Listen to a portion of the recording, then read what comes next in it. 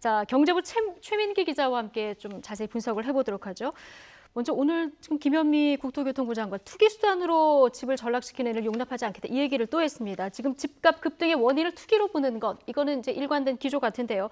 일단 가장 눈에 띄는 부분이 투기 과열지구 지정은 어느 정도 예상이 됐습니다만 투기 지역, 이게 좀 더 높은 규제가 되는 건데요.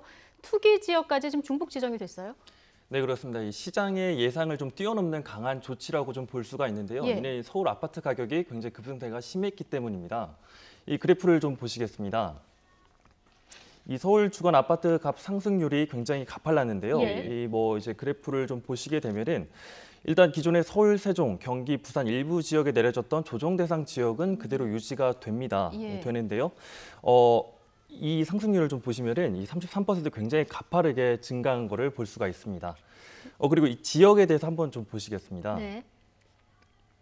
일단 기존의 지역은 그대로 유지되는 선에서 이 새롭게 투기 과열 지구와 투기 지역이 새롭게 선정이 됐습니다. 이 서울 11개 구가 이 투기 과열 지구로 이제 지정이 됐고요. 서울 전 지역이 투기 과열 지구로 됐고 나머지 그렇죠. 11개 그 구가 가운데서 투기 지역으로 지정이 서울 됐습니다. 11개 구 그리고 세종시까지가 투기 지역으로 지정이 된 거죠? 네, 그렇습니다. 예. 그렇다면 지금 김현미 장관의 발표 중에서 이 부분도 좀 생각을 해봐야 될 것 같은데요. 양도소득세 강화 이 내용도 좀 정리를 해주시죠. 일단은 가장 눈에 띄는 것이 바로 양도소득세 강화 부분이었습니다. 이 사실상 부동산 거래를 통한 이 시세 차익의 기대감을 완전히 차단하겠다는 이런 뜻이었는데요. 예. 이 양도세 중과 방안에 대해서 일단 먼저 설명을 좀 드리겠습니다. 일단 지금은 이 양도 차익에 따른 기본 세율이 6에서 40% 정도인데요.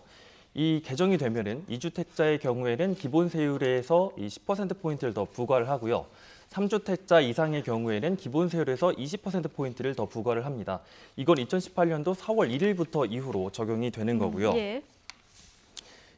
애초에 시세 차익을 기대할 수 없게끔 만든다는 건데 적용 시점이 내년 4월입니다. 그렇기 때문에 그 전에 매물을 내놓을 사람들은 좀 내놓아라 이런 얘기가 되겠습니다. 그럼 시장에 매물이 나오면서 집값이 자연스럽게 안정세를 찾아갈 것이라는 게 정부의 포석입니다. 지금 다주택자의 투기 수요를 억제하겠다 뭐 이렇게 좀 정리를 해볼 수 있을 것 같은데 그렇습니다. 이 밖에 또 눈에 띄는 그 대책들은 어떤 대책들이 있습니까? 일단은 이제 1세대 1주택 양도세 요건도 조금 더 강화가 되는데요. 네. 이것 역시 그래픽을 보면서 설명을 좀 해보겠습니다. 현행 2년 이상 이제 보유하고 양도가액이 9억 원 이하에서 2년 이상인 실거주 요건을 좀 추가를 했습니다. 추가가 됐군요. 예, 그렇습니다. 결국 실거주자가 아니면 비과세 혜택을 주지 않겠다는 의도고요. 결국 실거주자가 이제 구입을 했을 경우에 혜택을 주겠다. 그리고 여기에 분양권을 또 전매했을 경우에 보유 기간에 따라서도 세율을 좀 차등했지만 앞으로는 관계없이 50%를 적용하겠다고도 밝혔습니다. 전체적으로 시세 차익이 줄어들 수밖에 없는 구조가 되는 거죠.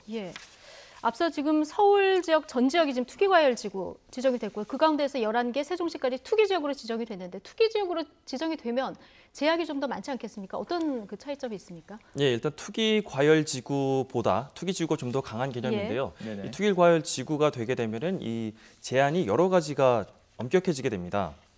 네. 그 중에 하나가 이제 LTV DTI가 40%로 강해지는 부분이 바로 있겠고요.